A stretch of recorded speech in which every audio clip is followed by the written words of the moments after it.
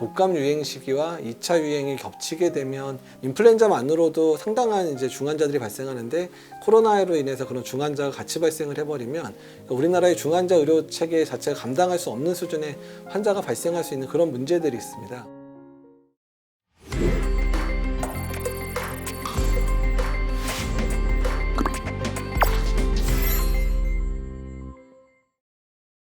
안녕하세요. 저는 한림의대 감염내과 이재갑입니다.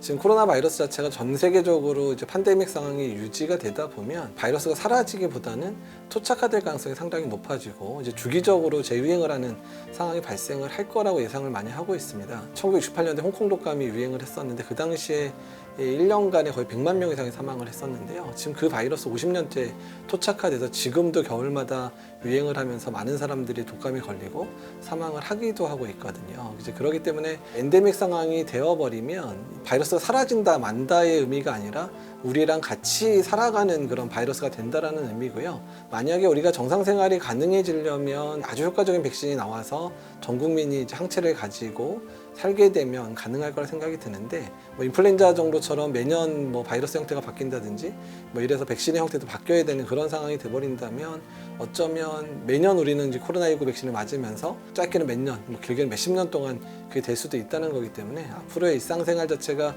원래대로 돌아간다기보다는 바이러스에 적응해서 극복해 나가는 삶을 살아야 된다, 이렇게 말씀드리는 게 맞을 것 같습니다.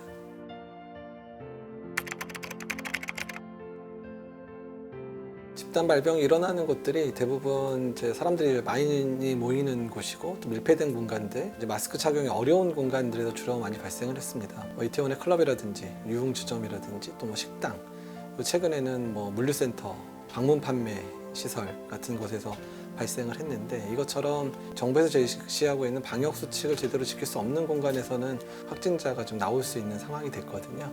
이런 상황 속에서는 일단은 사람이 많이 이제 모이는 곳에선 되도록 방문을 안 하셔야 될 것 같고요. 마스크 쓰기가 좀 어렵다든지 또는 너무 밀폐된 공간이고 또 사람이 너무 밀집된 공간이라 그러면 이제 피하는 것이 좋을 것 같습니다.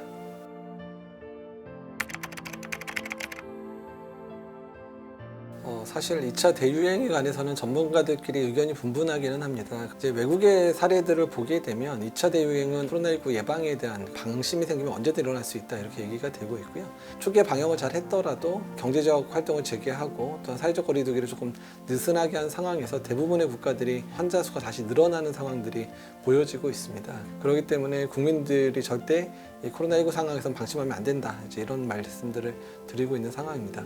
일부 이제 분들은 이제 가을이나 겨울철에 코로나 바이러스가 전파되기 쉬운 상황에서 2차 유행을 얘기하기는 하는데요. 독감 유행 시기와 2차 유행이 겹치게 되면 그 피해가 상당해질 수 있기 때문에 이제 그 부분에 대한 경고라고 받아들이시는 게 맞을 것 같습니다.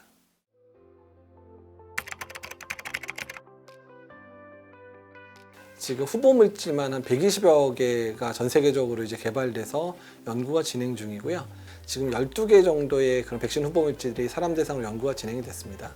일부 좀 빠른 백신들은 이제 이번 달이나 다음 달쯤에 최종 단계인 3단계 이제 시작될 예정이어서 그 연구 결과가 잘 진행이 되고 효과가 좋다고 한다면 올해 말이나 내년 초에는 일단 사람에게 접종 가능한 백신이 확인될 수 있는 상황들도 지금 되고 있거든요. 다만 대량 생산 체계를 갖추어야 이제 모든 사람의 접종이 가능하니까 이제 그런 준비까지 따지면 내년 초나 내년 여름 전에는 사람들이 맞을 수 있지 않을까, 이렇게 예상을 하고 있기는 합니다.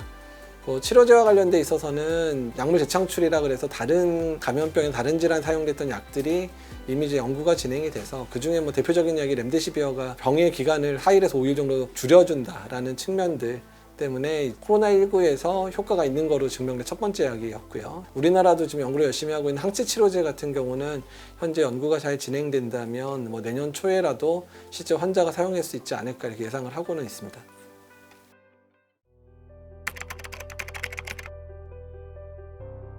지금 코로나19 바이러스는 RNA 바이러스여서 계속적으로 지금 이제 변이가 일어나고는 있습니다. S형, V형, G형 얘기가 나오지만 이 세 가지 형태는 그래도 아직까지 백신의 효과라든지 치료제 효과를 떨어뜨릴 만큼 대폭적인 그런 유전자 변이는 아니라고 얘기가 나오고 있어서 아직까지는 개발되고 있는 백신이나 치료제에는 큰 영향을 주지는 않는 것 같다고 얘기는 나오고 있고요.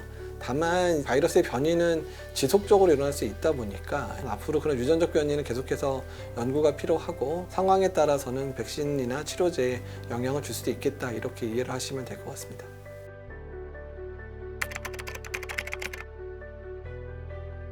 국내에서의 코로나 재확진 환자들 같은 경우는 질병관리본부에서 결론을 내린 거는 재감염은 아니다, 이게 바이러스의 그런 죽은 찌꺼기들이 나오는 것 같다라고 최종으로 이제 발표를 한 상황이고요. 코로나19에 걸린 사람 중에서 항체가 이제 얼마나 이제 유지되느냐에 대한 연구들이 좀 진행이 되고 있는데, 그러니까 이 부분은 결론이 나려면 좀 시간이 걸릴 거로 생각을 하고 있습니다. 근데 다만 사스 때도 그렇고 뭐 이런 코로나 바이러스 연구들을 보게 되면 대개는 한 1년에서 2년 정도는 항체가 유지가 돼서 재감염이 안 되는 게 아니냐라는 의견들이 있는데, 지금 코로나19 자체는 또 새로운 바이러스다 보니까 이거에 대한 부분들은 연구 결과들을 좀 기다려봐야 될 것 같습니다.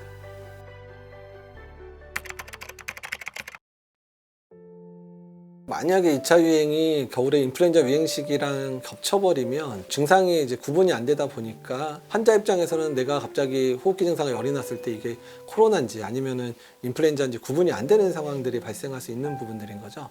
그리고 또한 이제 병원 입장에서는 코로나 환자하고 인플루엔자 환자 다 이제 합병증으로 폐렴이 올 수 있고, 이제 연세가 많으신 분들이나 기저질환 있는 분들은 중증으로 발전해서 뭐 중환자 치료를 받아야 되는 경우들이 있는데, 인플루엔자만으로도 상당한 이제 중환자들이 발생하는데 코로나로 인해서 그런 중환자가 같이 발생을 해버리면, 그러니까 우리나라의 중환자 의료 체계 자체가 감당할 수 없는 수준의 환자가 발생할 수 있는 그런 문제들이 있습니다. 그래서 저희가 이제 이런 부분들을 대비하기 위해서, 그러니까 올해 같은 경우는 되도록 인플루엔자 예방 접종을 전 국민들이 이제 가능하면 다 접종을 하도록 권장을 하고 있고요. 다만 이제 우리나라 인구수에 맞춰서 백신을 다 못 구할 가능성이 높기는 하기 때문에, 그러니까 필수 접종 대상 같은 경우 정부에서 무료로 접종하니까 그 접종에 해당되는 분들은 빠짐없이 다 접종을 해야 될 것 같고요.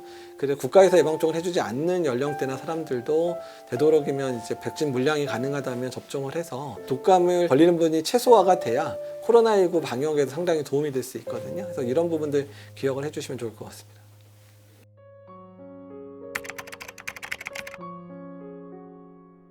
대구 경북처럼 이제 대규모의 환자가 발생했었을 때 민간 전문가와 정부 또 지자체가 합심해서 드라이브스루라든지 뭐 생활치료센터 같은 획기적인 아이디어를 가지고 능동적으로 대처했던 부분들도 상당히 인정을 받고 있고요. 또한 메르스 이후에 갖춰졌던 ICT 기술을 활용해서 역학조사를 충분히 잘한 부분들도 인정을 받고는 있습니다. 다만 이제 우리가 이제 고민해야 될 부분들은, 우리의 K 방역이 우수성이 더 증명되려면 그 2차 유행에 대비해서 우리가 얼마나 준비되어졌는가, 어떻게 대비하는가에 따라서 K 방역의 우수성들은 다시 한번 결정될 거라고 생각이 들거든요. 그래서 지금도 것도 중요했지만 앞으로의 그런 과정이 더 중요할 거라 생각을 하고 있습니다.